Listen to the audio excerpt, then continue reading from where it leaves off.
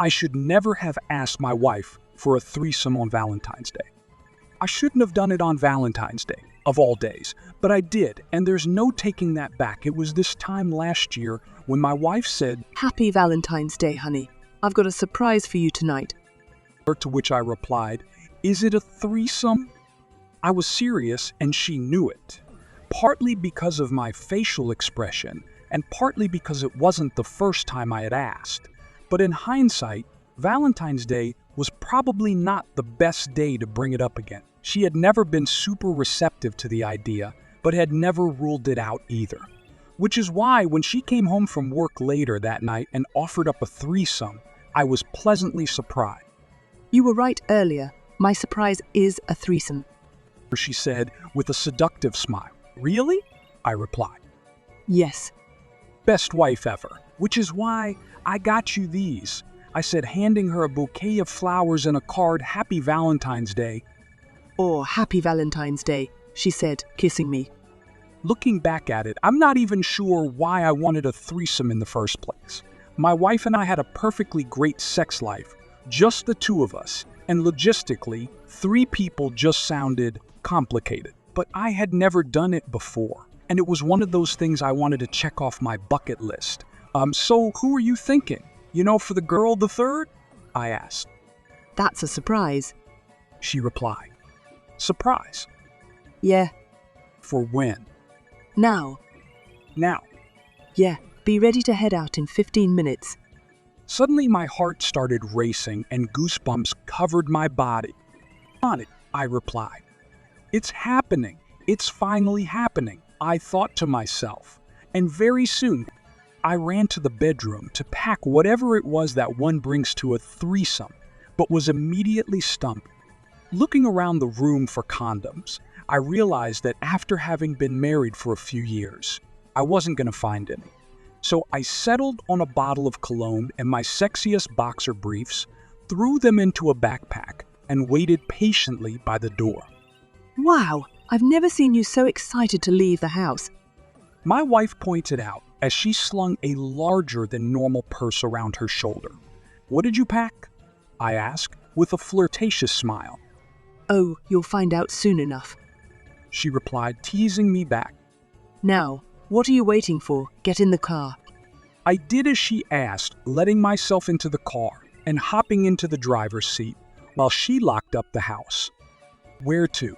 I inquired as she finally got in. "The motel," she said, typing its name into the car's GPS. "Really? That place?" "Not romantic enough." I should have noticed the way that she said it, but I was too excited, too distracted by what was to come to pick up any nuances in her voice.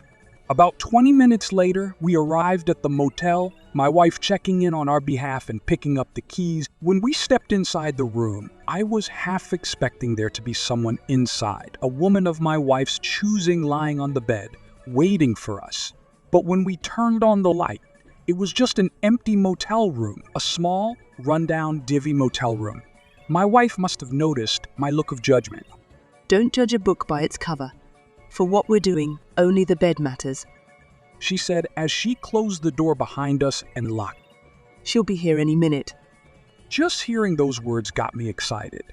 I ran to the bathroom to freshen up, and by the time I stepped out, my wife had already let in our guest, our third. There, sitting at the foot of the bed, in nothing but lingerie, was a blonde-haired woman who was in the midst of kissing my wife. Hearing me step into the room, they both stopped and turned back to look at me. "By all means, don't stop on my account," I said, but it was too late. My wife took a step back from the woman and sat down in a chair beside the bed. "No, you two first. I want to watch." Hot, I thought to myself, while at the same time shitting a brick, nervous that after fantasizing about this moment for years, I wouldn't be able to perform. The woman took me by the hand and guided me to the bed, where she rolled me onto my back, hopped up on top of me, and began to kiss me. It was around this time that I sensed that my wife was moving around the room behind us, but I was much too turned on and much too distracted by what was happening to think too much of it. Then I caught a whiff of something. "What is that?" I wondered. But before I could look around to see what might be causing it, the woman tore off my shirt. That's when my wife crawled into bed, now also wearing lingerie, and whispered into my ear seductively. Is it everything you wanted and more? We've barely even started, I whispered back flirtatiously before hearing 3 clicking sounds. Click, click, click. Tell me about it. She said with a smile before I noticed that she was wearing something around her wrist, something larger and heavier than a bracelet. They were handcuffs, latched from each of her wrists onto that of the woman's and that of mine. Pinky. I thought to myself as I went to reach out for my wife, but heard another sound, clack, and also wick. It was the sound of metal hitting wood. In this case specifically, the sound of the handcuffs on my other wrist, as they caught on the wooden bed frame and prevented my arm from moving any farther. Even kinkier, I thought to myself. But then I noticed something, a look of concern in the blonde woman's eyes, a look of fear, as she surveyed the room and began to scream. I followed her gaze to the floor, where I saw what looked like an empty gasoline can, and a trail of gas, and then my wife dropped something, a match, and the trail of gasoline went up in flame. What the fuck are you doing? I screamed at her, attempting to hop out of bed. Clack. Until my handcuffs caught on the bed frame again. You wanted a threesome. Here's your threesome.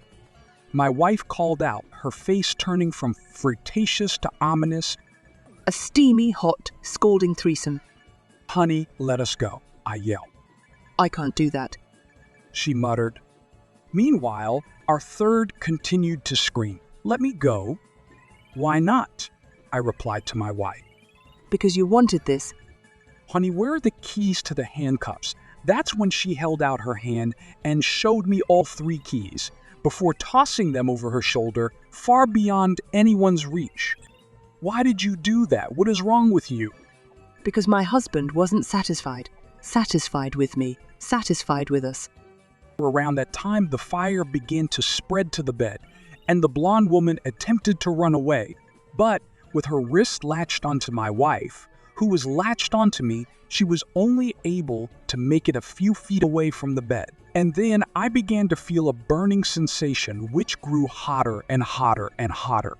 All 3 of us, even my wife, began screaming and crying at the top of our lungs as the flames had begun overtaking the bed. Smoke filled the room, and we all began coughing. It was in that moment that I saw my life flash before my eyes, and resolved to die in that motel room that night, handcuffed to my wife and a woman I didn't know. Until suddenly, motel workers came bursting in through the door with fire extinguishers and quenched the flames that were enveloping us. But by the time they saved us, the damage was already done, our skins seared by the flames, each of us writhing. I must have blacked out at that point. But when I awoke, I found myself in the hospital, bandages covering the entirety of my body, in an indescribable amount of pain. I never spoke to my wife, or the poor woman she had hired to participate in the targeted attack. Again, directly anyways. A year later, with Valentine's Day just a few days away, I'm lucky to be alive. But I'm still left wondering, what was my wife's surprise after all? All I know is, if I ever love again, it's safe to say that on Valentine's Day, I'm never going to ask for that again.